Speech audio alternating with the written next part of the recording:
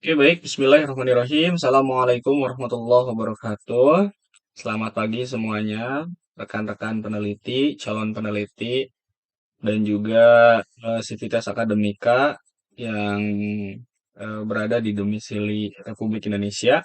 Senang sekali pada hari ini saya Dery Nugraha sebagai salah satu dosen di Universitas PGRI Linggabuana Sukabumi ingin berbagi informasi dan juga mengajak berdiskusi terkait salah satu hal atau topik yang mungkin kadang sepintas kita terlewat dalam sebuah penelitian.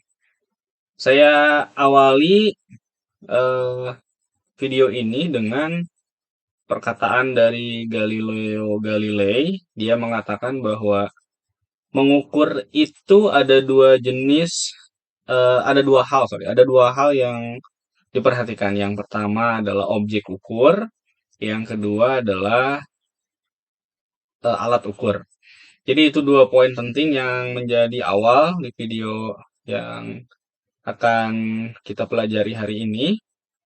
Dari pernyataan Galileo Galilei tadi, itu kita linearitaskan dengan pembuatan dan penyusunan kuesioner penelitian.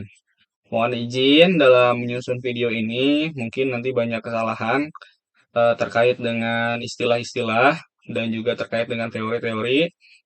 Saya ambil dari tiga buku utama. Yang pertama ada Prof. Sugiono, buku tentang statistik dalam penelitian. Yang kedua, metodologi penelitian yang disusun oleh Prof. Amri Amir. Yang ketiga adalah saya sadur dari Prof. Kohati dari eh, India dengan judul Research Methodology gitu. Dan juga beberapa jurnal yang telah saya baca, mudah-mudahan menjadi hasanah tambahan pengetahuan untuk kita semua. Oke, apa itu kuesioner? Ini kuesioner ini berasal dari kata question, berarti pernyataan atau pertanyaan, sorry, pertanyaan. Namun dalam sebuah penelitian, kuesioner ini diartikan juga sebagai bentuk pernyataan atau bentuk pertanyaan bebas ya, dua-duanya masih bisa dipakai. Kuesioner itu diartikan sebagai alat pengukuran dalam penelitian. Karena kan ketika dalam penelitian itu berarti ada dua atau lebih variabel yang akan kita teliti. Oleh karena itu membutuhkan alat ukur setiap variabel gitu.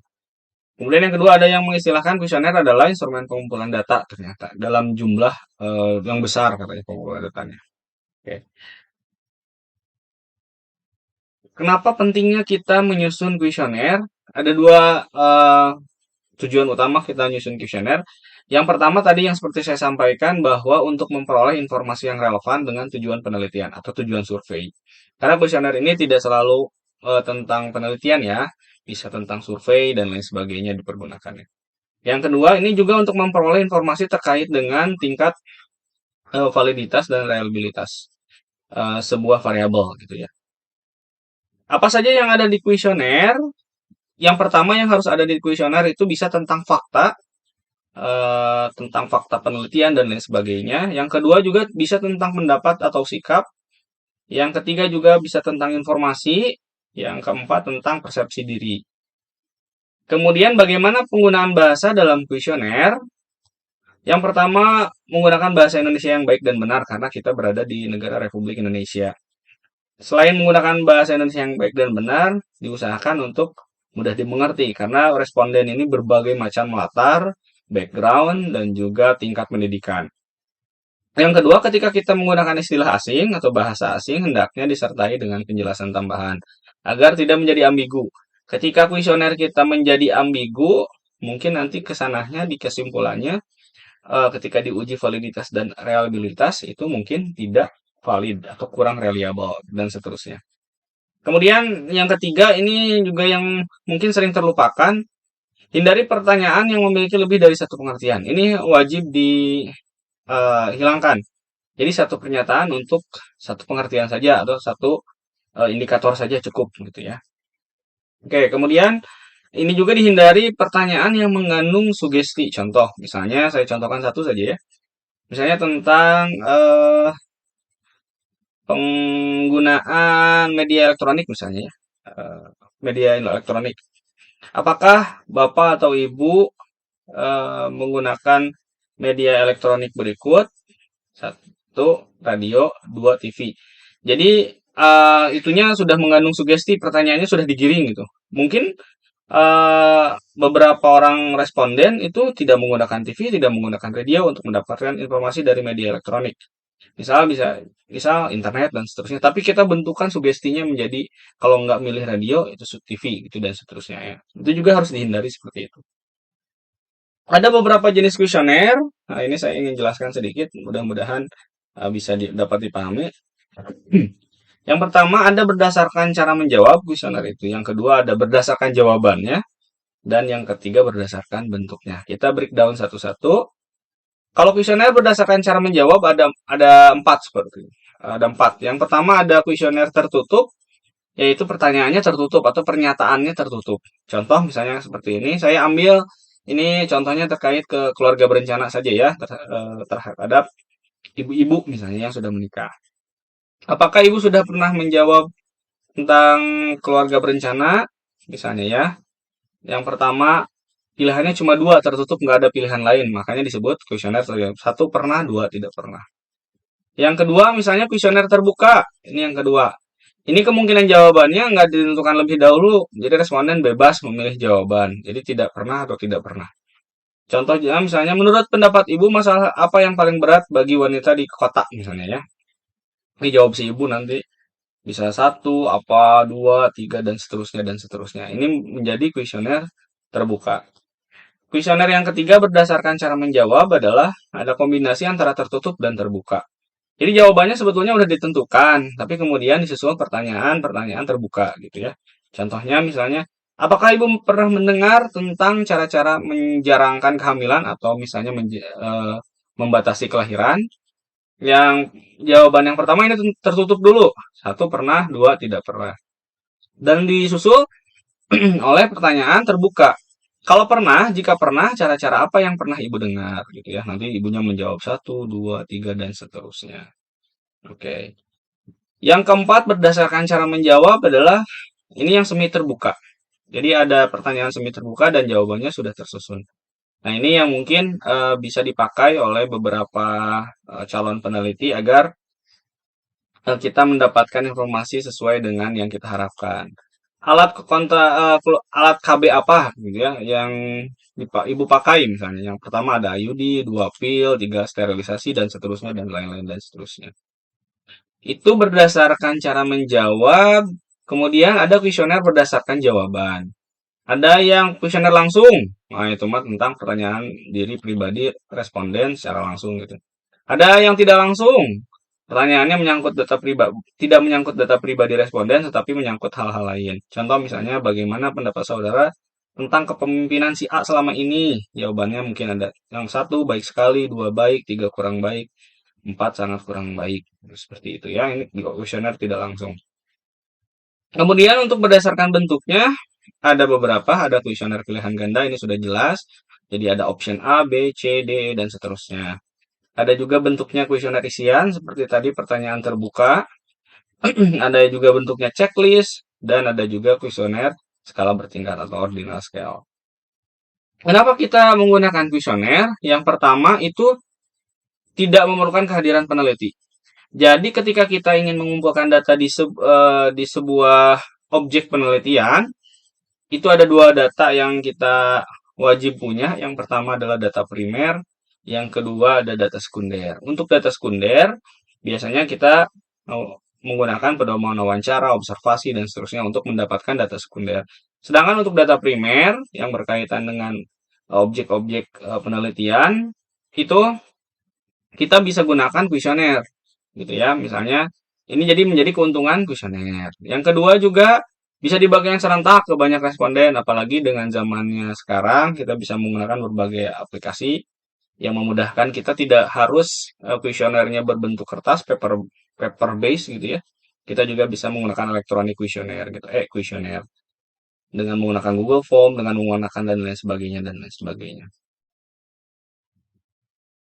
Oke, kita lanjutkan. Keuntungan kuesioner yang pertama adalah tidak memerlukan kehadiran peneliti. Yang kedua, bisa kita bagikan serentak ke banyak responden. Yang ketiga juga sebagai responden kita bisa menjawab sesuai dengan kecepatan kita menjawab dan juga waktu luang kita menjawab. Dan yang keempat adalah pertanyaannya seragam, jadi pengukurannya tidak akan berbeda. Hanya kelemahan kuesioner ini saya ambil satu saja yang paling banyak mendominasi dan mayoritas gitu ya. Ini, responden seringkali tidak teliti dalam menjawab pertanyaan. Istilah tidak seringkali tidak teliti ini bisa saja menjawabnya terlewat nomor satu jadi langsung nomor tiga, nomor empat karena mungkin keterbatasan waktu dan lain sebagainya. Yang kedua, ketika menjawab juga mungkin tidak tidak spesifik atau mungkin tidak sesuai dengan pertanyaan yang diinginkan gitu ya, tujuan pertanyaan yang diinginkan. Itu juga menjadi kelemahan kuesioner kita. Makanya salah satu alternatif agar kuesioner kita itu bisa tepat sasaran, bisa valid dan reliable adalah pergunakan bahasa Indonesia yang baik dan benar, mudah dimengerti dan tidak mengandung unsur ambigu. Gitu, seperti itu. Oke. Setelah saya menjelaskan terkait apa itu kuesioner, penggunaannya, tujuannya, dan seterusnya, saya ingin mencontohkan ini dari teman kita yang telah melakukan penelitian. Mohon izin saya gunakan untuk bahan diskusi kita pada video kali ini. Penelitiannya adalah pengaruh promosi dan kualitas pelayanan terhadap kepuasan konsumen. Sekali lagi, penelitiannya adalah pengaruh promosi dan kualitas pelayanan terhadap kepuasan konsumen. Jika dilihat dari judul tadi, yang pertama kita gunakan adalah interpretasi variabel. Jadi kita tentukan ada berapa variabel dalam judul tadi. Ternyata ada tiga variabel yang kita dapat. Yang pertama adalah tentang promosi, yang kedua tentang kualitas pelayanan, dan yang ketiga adalah kepuasan pembeli. Oke, setelah kita menginterpretasikan variabel, ada yang langkah selanjutnya adalah ini yang paling penting menjadi part of the art-nya, state of the art-nya dalam penelitian, yaitu tentang ini. Nah, ini definisi operasional variabel atau operasionalisasi variabel. Ini yang paling penting. Karena bagaimana kita bisa membuat sebuah kuesioner yang mengandung pertanyaan-pertanyaan atau pernyataan-pernyataan jika kita tidak mendefinisikan atau mengoperasionalisasikan variabel-variabel tersebut. Ya, pertanyaannya muncul bagaimana cara kita mengoperasionalisasikan variabel. Ini dari teman kita yang dilakukan penelitiannya 2020 lalu, itu dia mendefinisikan seperti ini definisi operasionalnya. Yang untuk promosi bisa dilihat di video ini. Untuk promosi, variabel promosi atau X1 dia mengambil dari jurnal Ernawati 2019. Kemudian dari variabel tadi dia breakdown menjadi pengertian promosi adalah bla bla bla. Kemudian masih ini ngambil di bab 2 definisi operasional ini ya. Dari promosi itu dia membuat beberapa indikator. Ternyata promosi itu indikatornya yang pertama ada periklanan, penjualan personal, promosi, hubungan masyarakat, dan pemasaran langsung. Untuk variabel yang kedua atau X2 tentang kualitas pelayanan dia mengambil dari jurnal Hardiansyah 2011. Mulai dari pengertian dia jelaskan, ini ngambil juga di bab 2 dan juga indikator berwujud kehandalan, ketanggapan, jaminan, dan inovasi. Dan selanjutnya untuk variabel dependennya dia mengambil kepuasan konsumen, dia mengambil dari jurnal Priyansyah 2017. Kemudian dia juga membreakdown pengertian, indikator, dan skala yang digunakan. Ada beberapa istilah dalam definisi operasional variabel. Untuk tingkat sarjana, mudah-mudahan sambil belajar. Jadi nanti setelah variabel muncul, pengertian muncul, nanti ada istilah dimensi. Untuk rekan-rekan yang sedang magister dan juga rekan-rekan yang sedang program doktoral, dimensi ini sangat penting sebelum nanti beranjak ke indikator. Ya, apa itu dimensi nanti saya akan jelaskan di video selanjutnya gitu ya. Ini untuk rekan-rekan S1 saja sarjana bahwa ini adalah item-item penting sebelum kita masuk ke kuesioner. Setelah di breakdown menjadi kecil-kecil indikator seperti ini dan penentuan skalanya, baru kita masuk ke kuesioner atau pertanyaan-pertanyaan. Untuk variabel promosi, oke, ini kuesionernya sebelum ke variabel-variabelnya. Jadi kuesioner yang baik itu adalah mengumpulkan data-datanya seperti ini. Yang pertama ada nama, kemudian ada jenis kelamin, usia, pendidikan, pekerjaan, penghasilan, asal tinggal, dan seterusnya. Ini identitas, ya, identitas terkait dengan responden. Kemudian selain identitas responden, kuesioner yang baik juga mengandung petunjuk pengisian respondennya. Misalnya SS itu sangat setuju, S itu setuju, N itu netral, TS itu tidak setuju, STS itu sangat tidak setuju. Kemudian ditambah oleh teman kita ini, dia ingin tahu pengalaman responden dulu katanya.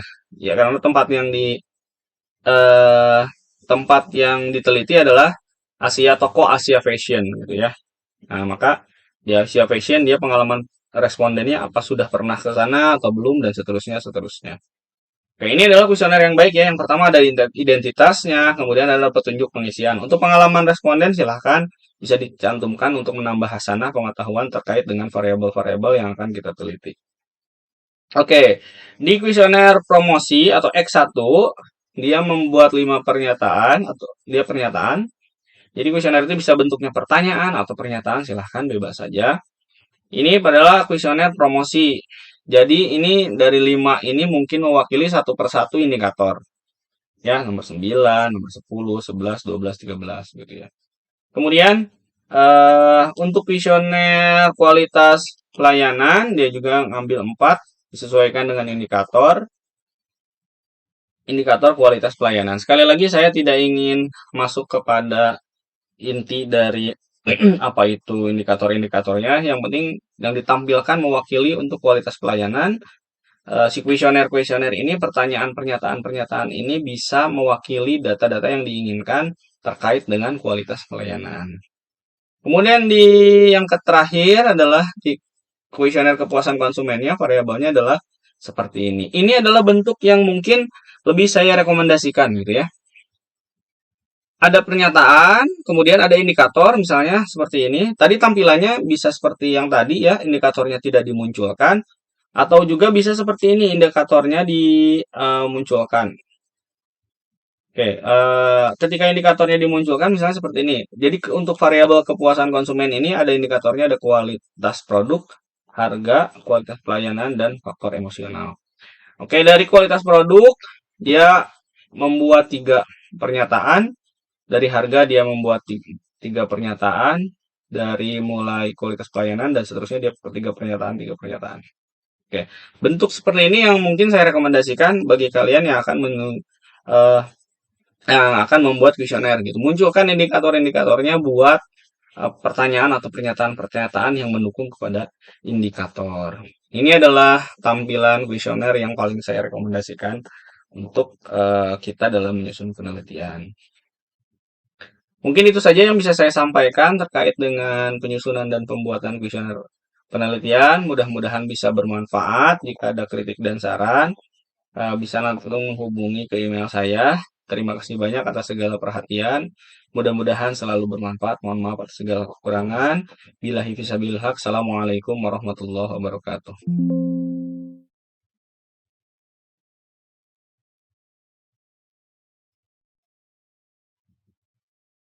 Oke, kita lanjutkan. Keuntungan kuesioner yang pertama adalah tidak memerlukan kehadiran peneliti. Yang kedua, bisa kita bagikan serentak ke banyak responden. Yang ketiga juga sebagai responden kita bisa menjawab sesuai dengan kecepatan kita menjawab dan juga waktu luang kita menjawab. Dan yang keempat adalah pertanyaannya seragam, jadi pengukurannya tidak akan berbeda. Hanya kelemahan kuesioner ini saya ambil satu saja yang paling banyak mendominasi dan mayoritas gitu ya. Ini responden seringkali tidak teliti dalam menjawab pertanyaan. Istilah tidak seringkali tidak teliti ini bisa saja menjawabnya terlewat nomor 1 jadi langsung nomor 3, nomor 4 karena mungkin keterbatasan waktu dan lain sebagainya. Yang kedua, ketika menjawab juga mungkin tidak tidak spesifik atau mungkin tidak sesuai dengan pertanyaan yang diinginkan gitu ya, tujuan pertanyaan yang diinginkan. Itu juga menjadi kelemahan kuesioner kita. Makanya salah satu alternatif agar kuesioner kita itu bisa tepat sasaran, bisa valid dan reliable adalah pergunakan bahasa Indonesia yang baik dan benar, mudah dimengerti dan tidak mengandung unsur ambigu. Gitu, seperti itu. Oke. Setelah saya menjelaskan terkait apa itu kuesioner, penggunaannya, tujuannya, dan seterusnya, saya ingin mencontohkan ini dari teman kita yang telah melakukan penelitian. Mohon izin saya gunakan untuk bahan diskusi kita pada video kali ini. Penelitiannya adalah pengaruh promosi dan kualitas pelayanan terhadap kepuasan konsumen. Sekali lagi, penelitiannya adalah pengaruh promosi dan kualitas pelayanan terhadap kepuasan konsumen. Jika dilihat dari judul tadi, yang pertama kita gunakan adalah interpretasi variabel. Jadi kita tentukan ada berapa variabel dalam judul tadi. Ternyata ada 3 variabel yang kita dapat. Yang pertama adalah tentang promosi, yang kedua tentang kualitas pelayanan, dan yang ketiga adalah kepuasan pembeli. Oke, setelah kita menginterpretasikan variabel, ada yang langkah selanjutnya adalah ini yang paling penting menjadi part of the art-nya, state of the art-nya dalam penelitian, yaitu tentang ini. Nah, ini definisi operasional variabel atau operasionalisasi variabel. Ini yang paling penting. Karena bagaimana kita bisa membuat sebuah kuesioner yang mengandung pertanyaan-pertanyaan atau pernyataan-pernyataan jika kita tidak mendefinisikan atau mengoperasionalisasikan variabel-variabel tersebut. Ya, pertanyaannya muncul bagaimana cara kita mengoperasionalisasikan variabel. Ini dari teman kita yang dilakukan penelitiannya 2020 lalu, itu dia mendefinisikan seperti ini definisi operasionalnya. Yang untuk promosi, bisa dilihat di video ini. Untuk promosi, variabel promosi atau X1 dia mengambil dari jurnal Ernawati 2019. Kemudian dari variabel tadi dia breakdown menjadi pengertian, promosi adalah bla bla bla. Kemudian masih ini ngambil di bab 2, definisi operasional ini ya. Dari promosi itu dia membuat beberapa indikator. Ternyata promosi itu indikatornya yang pertama ada periklanan, penjualan personal, promosi, hubungan masyarakat, dan pemasaran langsung. Untuk variabel yang kedua atau X2 tentang kualitas pelayanan dia mengambil dari jurnal Hardiansyah 2011. Mulai dari pengertian, dia jelaskan, ini ngambil juga di bab 2, dan juga indikator, berwujud, kehandalan, ketanggapan, jaminan, dan bakti. Dan selanjutnya untuk variabel dependennya, dia mengambil kepuasan konsumen, dia mengambil dari jurnal Priyansyah 2017. Kemudian dia juga membreakdown pengertian, indikator, dan skala yang digunakan. Ada beberapa istilah dalam definisi operasional variabel. Untuk tingkat sarjana, mudah-mudahan sambil belajar. Jadi nanti setelah variabel muncul, pengertian muncul, nanti ada istilah dimensi. Untuk rekan-rekan yang sedang magister, dan juga rekan-rekan yang sedang program doktoral, dimensi ini sangat penting sebelum nanti beranjak ke indikator. Ya, apa itu dimensi? Nanti saya akan jelaskan di video selanjutnya, gitu ya.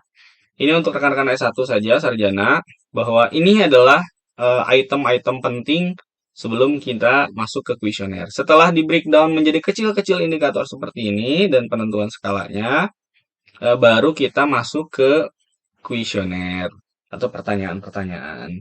Untuk variabel promosi, oke, ini kuesionernya sebelum ke variabel-variabelnya. Jadi kuesioner yang baik itu adalah mengumpulkan data-datanya seperti ini. Yang pertama ada nama, kemudian ada jenis kelamin, usia, pendidikan, pekerjaan, penghasilan, asal tinggal, dan seterusnya. Ini identitas, ya, identitas terkait dengan responden. Kemudian selain identitas responden, kuesioner yang baik juga mengandung petunjuk pengisian respondennya. Misalnya SS itu sangat setuju, S itu setuju, N itu netral, TS itu tidak setuju, STS itu sangat tidak setuju. Kemudian ditambah oleh teman kita ini, dia ingin tahu pengalaman responden dulu katanya. Ya karena eh, tempat yang diteliti adalah toko Asia Fashion gitu ya. Nah, maka di Asia Fashion dia pengalaman respondennya apa sudah pernah ke sana atau belum dan seterusnya. Oke, ini adalah kuesioner yang baik ya. Yang pertama ada identitasnya, kemudian ada petunjuk pengisian. Untuk pengalaman responden silahkan bisa dicantumkan untuk menambah hasanah pengetahuan terkait dengan variabel-variabel yang akan kita teliti. Oke, di kuesioner promosi atau X1 dia membuat 5 pernyataan atau dia pernyataan. Jadi kuesioner itu bisa bentuknya pertanyaan atau pernyataan, silahkan bebas saja. Ini adalah kuesioner promosi. Jadi ini dari 5 ini mungkin mewakili satu persatu indikator. Ya, nomor 9, nomor 10, 11, 12, 13 gitu ya. Kemudian untuk kuesioner kualitas pelayanan dia juga ngambil 4 disesuaikan dengan indikator kualitas pelayanan. Sekali lagi saya tidak ingin masuk kepada inti dari apa itu indikator-indikatornya. Yang penting yang ditampilkan mewakili untuk kualitas pelayanan. Si kuesioner-kuesioner ini, pernyataan-pernyataan ini bisa mewakili data-data yang diinginkan terkait dengan kualitas pelayanan. Kemudian di yang terakhir adalah di kuesioner kepuasan konsumennya, variabelnya adalah seperti ini. Ini adalah bentuk yang mungkin lebih saya rekomendasikan gitu ya. Ada pernyataan, kemudian ada indikator, misalnya seperti ini. Tadi tampilannya bisa seperti yang tadi ya, indikatornya tidak dimunculkan, atau juga bisa seperti ini, indikatornya dimunculkan. Oke, ketika indikatornya dimunculkan, misalnya seperti ini. Jadi untuk variabel kepuasan konsumen ini ada indikatornya, ada kualitas produk, harga, kualitas pelayanan, dan faktor emosional. Oke, dari kualitas produk, dia membuat 3 pernyataan. Dari harga dia membuat 3 pernyataan. Dari mulai kualitas pelayanan dan seterusnya dia 3 pernyataan, 3 pernyataan. Oke, bentuk seperti ini yang mungkin saya rekomendasikan bagi kalian eh, yang akan membuat kuesioner gitu. Munculkan indikator-indikatornya buat pertanyaan atau pernyataan-pernyataan yang mendukung kepada indikator. Ini adalah tampilan kuesioner yang paling saya rekomendasikan untuk kita dalam menyusun penelitian. Mungkin itu saja yang bisa saya sampaikan terkait dengan penyusunan dan pembuatan kuesioner penelitian. Mudah-mudahan bisa bermanfaat. Jika ada kritik dan saran, bisa langsung menghubungi ke email saya. Terima kasih banyak atas segala perhatian. Mudah-mudahan selalu bermanfaat. Mohon maaf atas segala kekurangan. Billahi fisabilillah. Assalamualaikum warahmatullahi wabarakatuh.